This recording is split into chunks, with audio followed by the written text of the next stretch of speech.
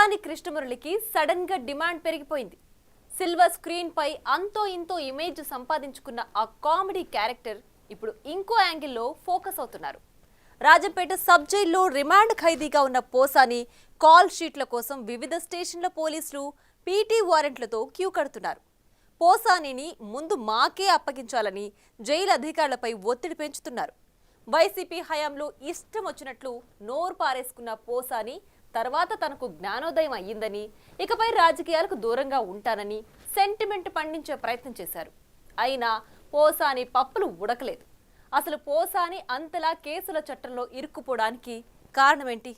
ఆయన డైరెక్ట్గా పవన్ కళ్యాణ్కే టార్గెట్ అయ్యారా? సినీ ఇండస్ట్రీలో కామెడీ క్యారెక్టర్ ఇమేజ్తో అంతో ఇంతో డిమాండ్ ఉన్న టైంలో వైసీపీలోకి వచ్చి అటు సినీ అవకాశాలు తగ్గిపోయి ఇటు పొలిటికల్గా ఏం సాధించలేక సెల్ఫ్ గోల్ చేసుకున్నారు వైసీపీ నేత సినీ నటుడు పోసాని కృష్ణమురళి.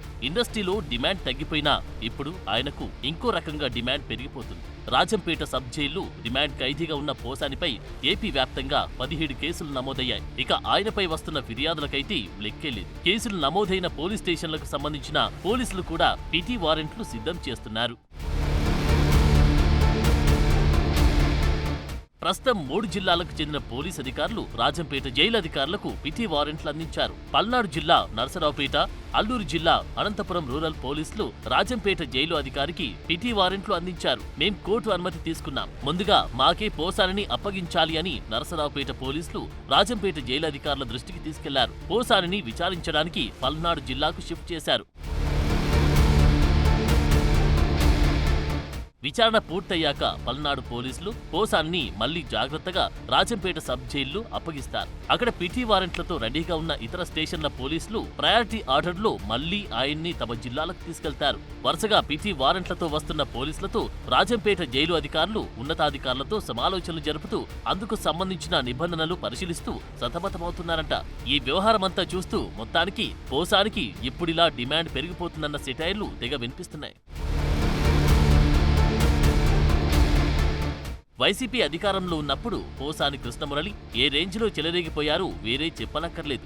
జనసేనాని పవన్ కళ్యాణ్తో పాటు ఆయన ఫ్యామిలీని ఒక రేంజ్లో టార్గెట్ చేశారు. సినిమాల్లో డబుల్ మీనింగ్ డైలాగులతో పాపులర్ అయిన పోసాని పాలిటిక్స్ లో డైరెక్టర్గా బూతు ప్రయోగాలతో అసహ్యకరమైన ట్రెండ్కు తెరలేపారు. తన నోటి దూకుడుతో పవన్, ఆయన భార్య, పిల్లలు, ఇతర కుటుంబ సభ్యుల గురించి ఇష్టం వచ్చినట్టు మాట్లాడారు. తనకు కూడా పిల్లం బిడ్డలు ఉన్నారన్న విషయం మర్చిపోయినట్లు జుగుప్సాకరమైన భాషతో పవన్ ఫ్యామిలీని టార్గెట్ చేశారు. ఆఖరికి రాజకీయాల నుంచి రిటైర్ అయి పద్ధతిగా తన సినిమాలు తాను చేసుకుంటున్న మెగాస్టార్ చిరంజీవిని కూడా పోసాని వదిలిపెట్టలేదు. పీఆర్పీతో వ్యాపారం చేశారని, కాపులకు వెన్నుపోటు పొడిచారని అవాకులు చెవాకులు పేలారు.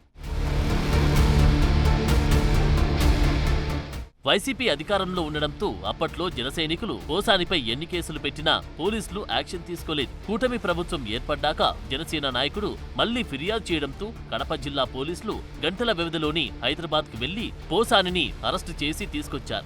వైసీపీ గద్దె దిగాక కూడా కొంతకాలం పోసాని తన నోటికి పని చెప్తూనే వచ్చారు. టీటీడీ చైర్మన్ బీఆర్ నాయుడుతో పాటు ముఖ్యమంత్రిపై తన స్టైల్లో నోరు పారేసుకున్నారు. ఇంత జరిగాక 2 నెలల క్రితం మీడియా ముందుకొచ్చి తనకు జ్ఞానోదయమైందని, రాజకీయాల నుంచి తప్పుకుంటున్నాను అని, ఇకపై తనకు రాజకీయాలకు సంబంధం లేదని ప్రకటించి సెంటిమెంట్ పండించాలని చూశారు. టీడీపీ జనసేన నేతలపై తాను చేసిన వ్యాఖ్యలకు పోసాని క్షమాపణలు కూడా కోరారు. మంత్రి నారా లోకేష్ కి తన పట్ల సాఫ్ట్ కార్నర్ ఉందని, పార్టీలోకి కూడా ఆహ్వానించారనే విషయాన్ని పోసాని గతంలోనే వెల్లడించారు. ఆ క్రమంలోనే పోసాని క్షమాపణలు కోరడంతో ఆయన ఆరోగ్యరీత్యా కేసుల విషయంలో Nara Lokesh wait and see policy అవలంబిస్తున్నారనే ప్రచారం జరిగింది. అయితే ఓవర్ నైట్ పోసాని ఏపీ పోలీసులకు బుక్ అయ్యారు. ఈ సడన్ ట్విస్ట్ వెనుక డిప్యూటీ సీఎం పవన్ కళ్యాణ్ పట్టుదలే కారణమంట. తన తల్లి, ఫ్యామిలీ మెంబర్స్ పై పోసాని కామెంట్స్ చేయడంతో తీవ్ర ఆగ్రహంతో ఉన్న పవన్ ఆయన వ్యవహారాన్ని సీరియస్ గా తీసుకున్నారంట. దానికి తగ్గట్లే పోసానిపై జనసైనికులు వరుసగా కేసులు పెట్టారు. ఇక కేసులు నమోదవుతూనే ఉన్నాయి. పవన్ కళ్యాణ్, ఆయన కుటుంబ సభ్యులపై చేసిన కామెంట్స్ ను అటాచ్ చేస్తూ జనసైనికులు పోసానిపై కంప్లైంట్లు గుప్పిస్తున్నారు. పోసానిని అరెస్టు చేసిన కడప జిల్లా ఓబులవారిపల్లి పిఎస్ లో నమోదైన కేసు కావచ్చు, పిటి వారెంట్తో నరసరావుపేట పోలీసులు ఆయన్ని విచారణకు తీసుకెళ్లిన కేసు పవన్ పై పోసాని చేసిన కామెంట్స్ కు సంబంధించినవే కావడం గమనార్హం. ఎవరైనా పవన్ కళ్యాణ్ పై విమర్శలు చేస్తే జైలుకెళ్లక తప్పదని జనసేన పీఎస్సీ చైర్మన్ మంత్రి నాదెండ్ల మనోహర్ హెచ్చరించడం పవన్ పట్టుదలకు నిదర్శనంగా చెబుతున్నారు. పవన్ కళ్యాణ్ పై ఇష్టం వచ్చినట్టు మాట్లాడితే సహించేది లేదని, అలా మాట్లాడినందుకే ఒక వ్యక్తి జైల్లో ఉన్నాడని ఆయన పరోక్షంగా పోసాని విషయాన్ని గుర్తుకు చేశారు. నాదెండ్ల పవన్ పై ఎవరైనా ఏమైనా మాట్లాడితే పోసానికి పట్టిన గతే పడుతుందని ఇండైరెక్ట్ గా ఎమ్మెల్సీ దువ్వాడ శ్రీను భవిష్యత్తు చెప్పేశారు. నాదెండ్ల హెచ్చరించడం చర్చనీయాంశంగా మారింది. టీవీల ముందు నిలబడి ఏదో 4 మాటలనేస్తే హీరోలు అయిపోతారు అనుకుంటే హీరోలు కాదు, మీరు ఖచ్చితంగా జీరోలే అవుతారు. జీరోలు అయి మీరు ఎక్కడుంటారో మీ అందరు తెలుసు. ఖచ్చితంగా వీళ్ళ గురించి మనం మాట్లాడాలి. ఎందుకంటే ఈ రోజుకి వదిలేస్తున్నా కూడా ఇది సహజమేలే అని మామూలేలే అనుకుంటున్నారు. ప్రభుత్వం మారినాక కూడా ఇంత ధైర్యంగా వాళ్ళు మాట్లాడుతున్నారంటే నిలబడాల్సింది మన జన సైనికులు, మన వీర మహిళలు. చట్టపరంగా వాళ్ళపైన చర్యలు తీసుకుందాం. ఏ సందర్భంలో అయినా సరే మన నాయకుడిని అగౌరవపరిచినప్పుడు, మన పార్టీని వాళ్ళు కించపరిచే విధంగా మాట్లాడినప్పుడు ఖచ్చితంగా మీరందరూ కూడా నిలబడాలి. మొత్తం మీద పోసాని కేసుల చక్రబంధంలో చిక్కుకుపోయారు. చేసుకున్నోడికి చేసుకున్నంత అన్నట్లు జగన్ మెప్పు కోసం బూతు పురాణాలు వినిపించిన పోసానికి తగిన శాస్తే జరుగుతుందన్న అభిప్రాయం వ్యక్తమవుతుంది. మరిక పిటి వారెంట్ల ఎఫెక్టుతో పోసాని ఇంకెన్ని జిల్లాల పోలీస్ స్టేషన్ల మెట్లు ఎక్కుతారో చూడాలి.